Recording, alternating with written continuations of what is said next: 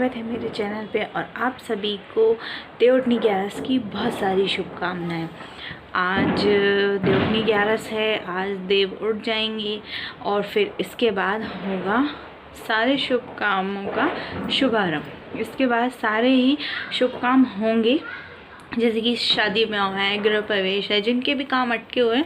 Because बहुत ये 6 महीने जो होते हैं, इन महीनों में कोई भी शुभ काम नहीं होता है, तो अब सारे ही अच्छे काम होते हैं और सब अपने घरों में कराते हैं। अब मैंने जो ढोल का वीडियो डाला था वो मैंने इसलिए डाला क्योंकि मालवा में ऐसा रिवाज है कि कोई भी कार्यक्रम बिना ढोल के नहीं होता है। किसी भी कार्यक्रम में ढोल बजना बहुत ही ज़रूरी है। और जैसे कि जो भी कार्यक्रम होते हैं, शादी ब्याह के होते हैं या मुंडन है या फिर कोई भी छोटे से छोटा कार्यक्रम है, जैसे यहाँ पे जैसे आपने देखा ढोल वाले आए हैं बजाने के लिए, या मामस, पूनम, एकादशी, दिवाली, कोई भी त्यौहार हो उसमें ये ज़रूर आते हैं ढोल बजाने। फिर आपको जो भी पैसे वगैरह देने हो आप उन्हें दे सकते हैं, पर ये ढोल बजा के ज़रूर जाते हैं। और मालवा में कोई भी कार्यक्रम बिना ढोल के नहीं होता है। अब जैसे कि अब हो गई देवउठनी 11, तो अब शादी के सारे शुभ काम चालू हो जाएंगे और पहले से ही चालू हो गए हैं। किसी किसी की शादियां तो देवउठनी 11 की निकलती, देवउठनी 11 में ही होती हैं। मुझे एक याद आ रहा है, मुझे कुछ रीत रिवाज जो हैं जो याद आ रहे हैं। नॉर्मली सभी जगह होता है कि जूते चुराते हैं। जूते चुराने की जो रस्म होती है, साली है जो अपने जीजा हैं उनके मंडप से जूते चुरा के जाती है। लेकिन हिमाचल में मैंने एक यूट्यूबर हैं जिनको सब्सक्राइब किया है, उनका नाम मधु ठाकुर। उन्होंने एक दिखाया था वीडियो शादी का। उसमें क्या था, जब फेरे होते हैं तब जो साली होती है वो अपने जीजा के पैर का अंगूठा पकड़ती है और उन्हें आगे फेरे नहीं लेने देती है। मतलब जैसे कि अपने यहाँ जूते चुराई की रस्म होती है, वहाँ पे अंगूठे पकड़ने की रस्म होती है। और पेपर में भी मैंने आज पढ़ा था, बंगालियों में एक रस्म होती है कि जब दूल्हा आता है तो उसमें थाली के ऊपर गिलास रख देते हैं और उसमें दूध या पानी रख देते हैं और फिर उसे कहा जाता है कि इसको पलटो, थाली ऊपर करो, गिलास नीचे करो, एक साथ बिना पानी गिरे। तो फिर उसे भी ये रस्म करनी पड़ती है। और मालवा में ऐसा रिवाज है कि जब दूल्हा आता है और लड़की के घर आता है तो फिर उसे तोरण मारना पड़ता है, तोरण को मारना पड़ता है। ऐसी एक रस्म है मालवा में, जो कि मुझे भी नहीं मालूम थी क्योंकि मैं मालवा की नहीं हूँ, लेकिन मेरी शादी मालवा में हुई है। और फिर मैंने देखा कि वो रस्म होती क्यों है, मुझे भी नहीं मालूम था। ये रस्म होती है लेकिन क्यों होती है ये मैं नहीं जानती थी। फिर आज ही मैंने एक पेपर में पढ़ा कि तोरण नाम का एक राक्षस हुआ करता था, जो जहाँ भी शादी होती थी वो तोते का रूप बना के जिस घर में शादी होती थी लड़की की, उस लड़की के द्वार पे बैठ जाता था।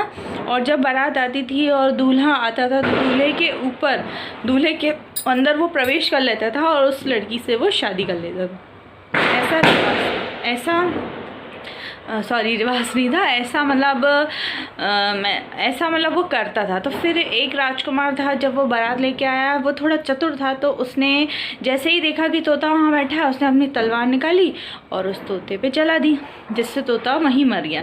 इससे ये परंपरा चालू हुई कि जब भी बारात आती है तो तोरण मारते हैं। तोरण मतलब वो तोरण नाम के राक्षस को तलवार से मारा जाता है। और अब क्या होता है, जो तोरण बना होता है वो एक लकड़ी के ऐसे गत्ता टाइप का होता है, उसमें एक तोरण तोते को बना दिया जाता है। लेकिन अभी जो बाज़ारों में बिक रहे हैं उसमें गणपति बने होते हैं, स्वास्तिक बने होते हैं। तो कहीं ना कहीं वो चीज़ें गलत हैं कि गणपति को हम प्रथम पूजते हैं शादी का कार्यक्रम करने से पहले, तो हमें उन्हें नहीं मारना चाहिए। हमें ऐसा वाला तोरण ढूंढना चाहिए जिसमें तोता बना हो। मुझे भी ये अच्छा लगा पढ़ के, तो मुझे लगा शायद मैं आप लोगों के साथ शेयर करूं। और देवउठनी 11 तो सबके लिए अच्छी हो, सबके घर अच्छे अच्छे काम हो। और इसी के साथ मैं वीडियो का एंड करती हूँ।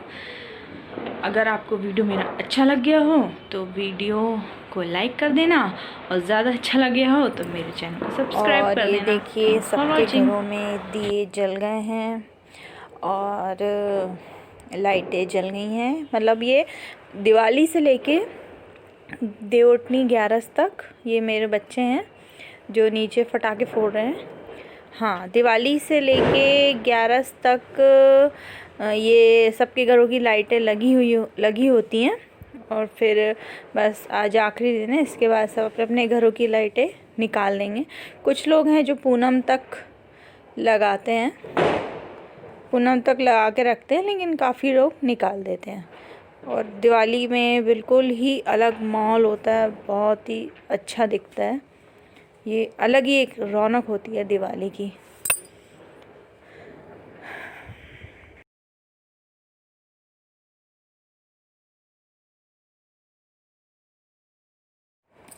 ये डब्बू है और बब्बी हैं। ये जैसी रात होती है बस कार्टून चालू हो जाता है।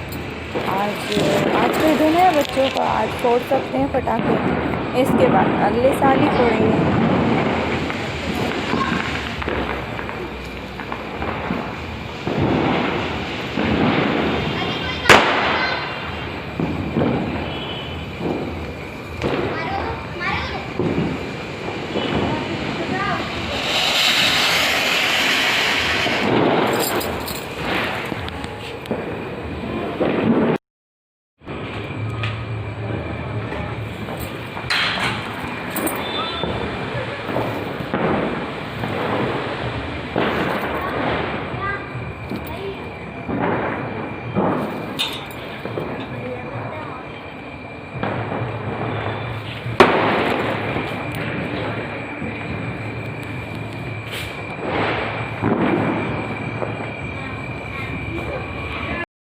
ये बच्चे हुए पटाखों को ठिकाने लगाया जा रहा है। बच्चे हुए पटाखों को ठिकाने लगा रहे हो दिवाली के। ये हमेशा करता हूँ मैं दोस्त में।